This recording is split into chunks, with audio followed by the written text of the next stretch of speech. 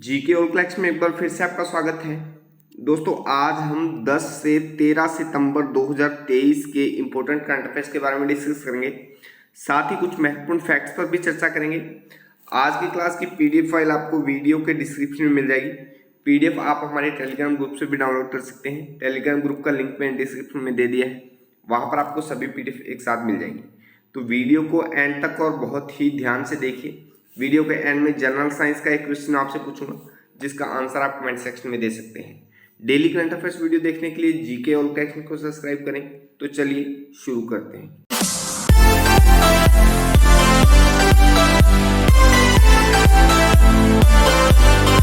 आज के लिए पहला प्रश्न है, वर्ष 2022 के शांति स्वरूप भटनागर पुरस्कारों के लिए कितने वैज्ञानिकों को चुना गया है? तो अभी हाल ही में वर्ष 2022 के शांति स्वरूप भटनागर पुरस्कारों की घोषणा की है, जिसमें 12 वैज्ञानिकों को चुना गया है। तो सी ऑप्शन इसका सही हो जाएगा। चलिए इसके बारे में और देखिए। वर्ष 2022 के शांति स्वरूप भटनागर पुरस्कार के लिए 12 वैज्ञानिकों को चुना गया है। शांति स्वरूप भटनागर जो पुरस्कार है वो विज्ञान के क्षेत्र का शीर्ष पुरस्कार है। 12 वैज्ञानिकों को 7 श्रेणियों में पुरस्कार प्रदान किया जाएगा।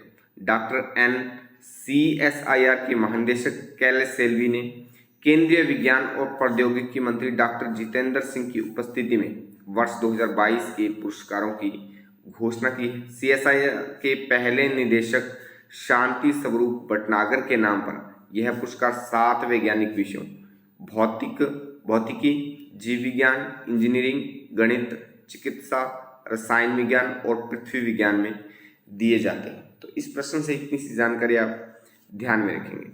अगला प्रश्न है, नई दिल्ली G20 शिखर सम्मेलन के दौरान किस संघ को स्थायी सदस्य के रूप में शामिल किया गया है? तो अभी 9 और 10 सितंबर को भारत की अध्यक्षता में नई दिल्ली में G20 शिखर सम्मेलन आयोजित किया गया है, जिसमें अफ्रीकन यूनियन को, यानी बी ऑप्शन इसका सही हो जाएगा, अफ्रीकन यूनियन को स्थायी सदस्य के रूप में शामिल किया गया है। और अब G20 में 19 देश, ये भी आप थोड़ा सा ध्यान में रखें, 19 देश और 2 संघ शामिल हैं। प्रश्न बन सकता है कि G20 में कितने संघ शामिल हैं या कितने देश शामिल हैं? तो G20 में अभी 19 देश और 2 संघ शामिल हैं, ये आप ध्यान में रखिए। चलिए इसके बारे में और देखिए। भारत की अध्यक्षता में नई दिल्ली में आयोजित G20 शिखर सम्मेलन में अफ्रीकन यूनियन को नए स्थायी सदस्य के रूप में शामिल किया गया है। इसके साथ ही अब ग्रुप में 19 देश और 2 संघ, यूरोपियन यूनियन और अफ्रीकन यूनियन। संघ कौन कौन से हैं? यूरोपियन यूनियन और अफ्रीकन यूनियन। अफ्रीकी संघ के अध्यक्ष अजाली आसोमानी सम्मेलन में शामिल होकर सदस्यता ग्रहण की। अफ्रीकन यूनियन एक महाद्वीपीय संघ है जिसमें अफ्रीका महाद्वीप के 55 देश शामिल हैं। इसकी स्थापना 1999 में की गई थी। अफ्रीकन यूनियन की जो स्थापना है 1999 में की गई थी। महत्वपूर्ण यहाँ से प्रश्न बन सकते हैं, तो इस पर आप थोड़ा सा अच्छे से फोकस करिए। नेक्स्ट है, सैफ यूथ 16 चैंपियनशिप 2023 का खिताब किस टीम ने जीता है? तो सैफ यूथ 16 चैंपियनशिप 2023 का जो खिताब है वो भारत ने जीता है। ए ऑप्शन इसका सही हो जाएगा। अगला प्रश्न है, एशियाई तटरक्षक एजेंसियों के प्रमुखों की बैठक कहाँ आयोजित की गई है? तो एशियाई तटरक्षक एजेंसियों के प्रमुखों की जो बैठक है वो इस्तांबुल में की गई है। तुर्की के इस्तांबुल में एशियाई तटरक्षक एजेंसियों के प्रमुखों की बैठक का आयोजन किया गया है। तो ए ऑप्शन इसका सही हो जाएगा।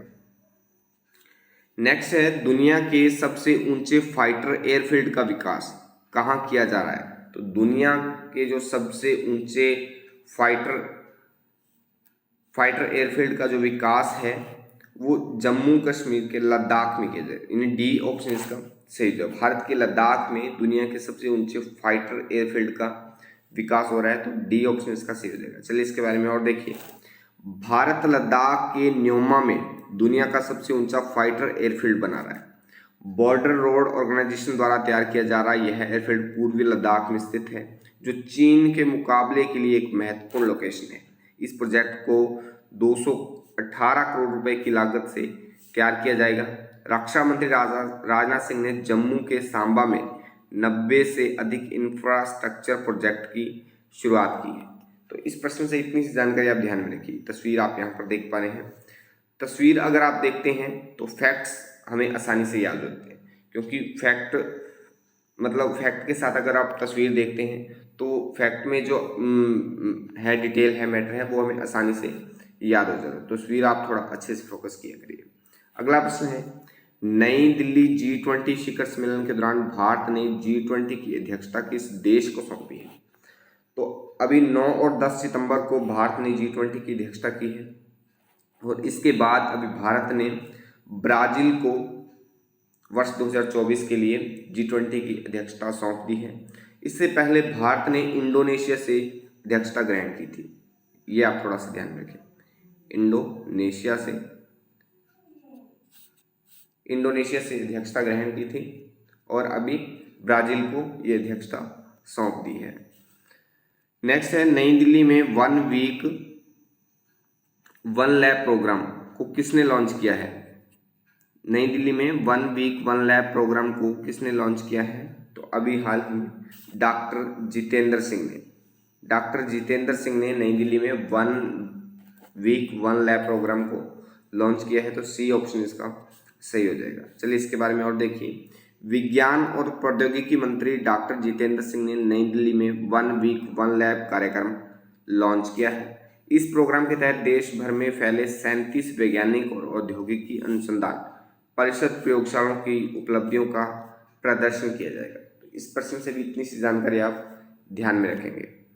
अगला प्रश्न है, यूएस ओपन 2023 का पुरुष एकल खिताब जीतने वाले नोवाक जोकोविच किस देश के खिलाड़ी हैं?